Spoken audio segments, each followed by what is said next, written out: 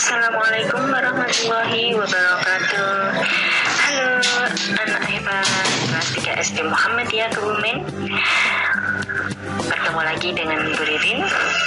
Sebelumnya kita awali dengan membaca Bismillahirrahmanirrahim. Materi kali ini adalah tema 5 tentang cuaca, subtema 3 pengaruh perubahan cuaca terhadap kehidupan manusia. Materi kali ini materi matematika dan PPKN. Simak baik-baik penjelasan guru. Tetap semangat belajar ya. Materi yang pertama, penjumlahan pecahan berpenyebut sama. Simak gambar berikut ini.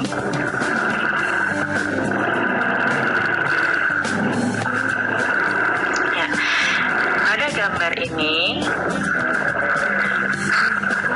terlihat 1/5, yaitu yang diwarnai warna coklat 1, dan jumlah potongannya ada 5, jadi 1/5. Ditambahkan dengan gambar yang kedua, sama-sama berpenyebut 5, ya, berpotongannya sama-sama 5. Perhatikan, dan yang diwarnai yang di sini 3, ya, jadi 3/5. Sekarang kita jumlahkan 1/5 ditambah 3/5 menjadi 4/5, ya, karena dijadikan 1 pembilangnya 3 dan 1 menjadi 4/5. Gambar yang kedua, perhatikan. Di sini ada lingkaran 1/4 yang diwarnai 1, potongannya 4, ya, ditambahkan dengan 2/4 yang diwarnai 2, jumlah potongannya 4, sama-sama penyebutnya 4, ya, jumlah potongannya 4. Jadi langsung ditambahkan 1 ditambah 2 sama dengan 3, seperti ini pada gambar, ya, jelas ya, 3/4. Itu untuk contoh gambar yang kedua. Sekarang yuk perhatikan, coba kita lengkapi penjumlahan pecahan berikutnya. Gambar ini kalian bisa menyatakan pecahannya. Ya, di sini ada 1, 2, 3, 4, 5, 6, 7, 8. Kemudian jumlah potongannya ada 1, 2, 3, 4, 12, ya, ditambah di sini. Jadi 8 ditambah 4, 12. Jadi pecahannya adalah 8 ditambah 8/12. Kemudian gambar yang kedua,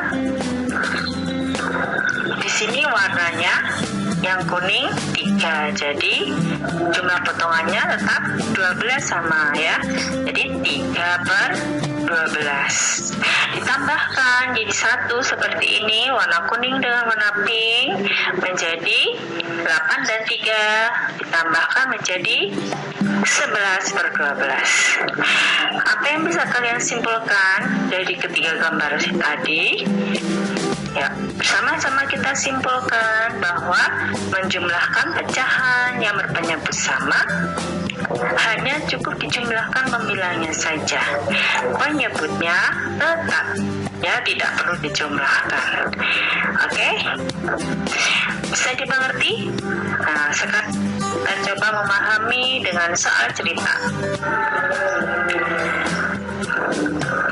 Kita baca bersama. Ibu membawa 1 loyang kecil kue bolu. Kue bolu dipotong menjadi 4 bagian dalam bus. Dayu makan 1 potong kue. Ayah pun makan 1 potong kue. Berapa bagian kue yang telah dimakan Dayu dan Ayah? Penjelasannya sama-sama kita coba pahami bahwa dengan gambar kue 1 utuh, ya, kemudian dipotong menjadi 4 seperti gambar. Jadi setiap bagiannya adalah 1/4. Yang warna merah dimakan Dayu, kemudian yang warna kuning dimakan Ayah. Pertanyaannya, berapa bagian kue yang telah dimakan Dayu dan Ayah? Nah, berarti kue yang dimakan Dayu dan Ayah kan kue 1/4 ditambah kue yang dimakan Ayah 1/4. Jadi kita hitung bersama-sama. Ya, 1/4 ditambah 1/4 sama dengan 2/4. Seperti itu ya. Bisa dipahami? Sekarang kita coba latihan soal. Kalian bisa mengerjakannya di rumah. Ya, hitunglah penjumlahan pecahan berikut ini. Kalian hitung A sampai E. Ini untuk langsung pada cara penjumlahan biasa. Kemudian kalian lanjutkan berlatih soal cerita di buku LKS halaman 62.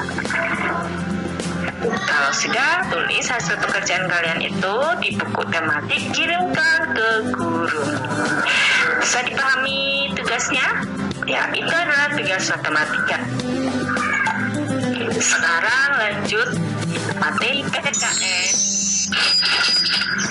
yaitu sikap bersatu dalam keberagaman.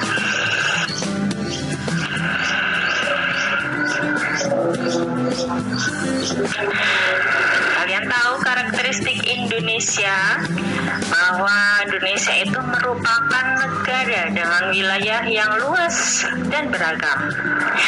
Wilayah Indonesia berbentuk pulau-pulau yang dipisahkan lautan, sehingga Indonesia dikenal sebagai negara kepulauan. Apa maksudnya negara kepulauan? Yaitu negara yang terdiri dari pulau-pulau. Sekaligus juga disebut sebagai negara maritim, yaitu negara yang sebagian besar wilayahnya adalah lautan. Maksudnya, karena terdiri dari pulau-pulau itulah sehingga Indonesia itu terdiri dari lautan. Ya, banyak sekali wilayahnya yang berupa lautan. Kalian simak sendiri peta Indonesia, banyak pulau-pulaunya, ribuan pulau bahkan ya. Ada pulau-pulau besar, Sumatera, Kalimantan, Sulawesi, dan Pulau Papua, Pulau Irian, dan Jawa ya. Itu pulau besarnya. Yang lainnya bahkan banyak sekali pulau yang tidak bernama. Itulah mengapa Indonesia terdiri dari pulau-pulau dan disebut sebagai negara kepulauan dan negara maritim. Indonesia dikenal juga dengan kekayaan alamnya yang melimpah ya, karena terdiri dari pulau-pulau ini, setiap karakteristik dari setiap pulau daerahnya juga mempunyai ciri masing-masing. Itulah kekhasan dalam setiap daerah. Jadi setiap pulau itu memiliki ciri khas tanah dan kondisi cuaca tersendiri. Hal itu mempengaruhi tanaman yang tumbuh di wilayah tersebut. Maka setiap wilayah Indonesia memiliki tanaman khas yang berbeda-beda. Misalnya di hampir semua wilayah di Jawa cocok untuk ditanami padi, sedangkan di Papua tanaman yang cocok ditanam adalah matoa, sagu, dan ubi. Sedangkan daerah Maluku cocok ditumbuhi tanaman rempah-rempah seperti cengkeh, pala, kayu manis, dan kayu cendana. Untuk macam-macam tanamannya beragam seperti itu ya Indonesia, sehingga menjadikan Indonesia kaya akan rempah-rempah. Nah, keberagaman tanaman itulah yang membuat Indonesia kaya ya. Maka kita harus bersyukur tinggal di Indonesia yang memiliki kekayaan alam yang melimpah. Dengan adanya keragaman tanaman ini membuat kita bisa menikmati hasil bumi yang berbeda-beda dari daerah lain. Ya, misalnya di Jawa banyak tanaman padinya, sedangkan di Papua tidak ada. Nah, di Papua bisa merasakan makan nasi, makan dari padi ya, dengan cara bertukar makanan ya. Di Papua hanya ada matwa, tidak mungkin kan hanya makan matwa saja atau sagu saja, ubi saja, tapi bisa juga makan nasi dari produksi Pulau Jawa. Maka dari itu kita harus menghargai perbedaan dalam keragaman ya. Tadi mengerti?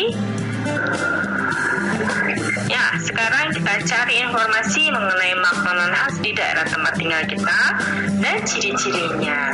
Kemudian isikan ke dalam tabel berikut ini. Ya, makanan khas daerah tempat tinggalmu, misalnya contoh di sini Bu Guru tuliskan nanti ciri-cirinya makanan ringan berbentuk angka 8 terbuat dari singkong. Kalian bisa melengkapi yang kedua, 3, 4, dan 5 ya.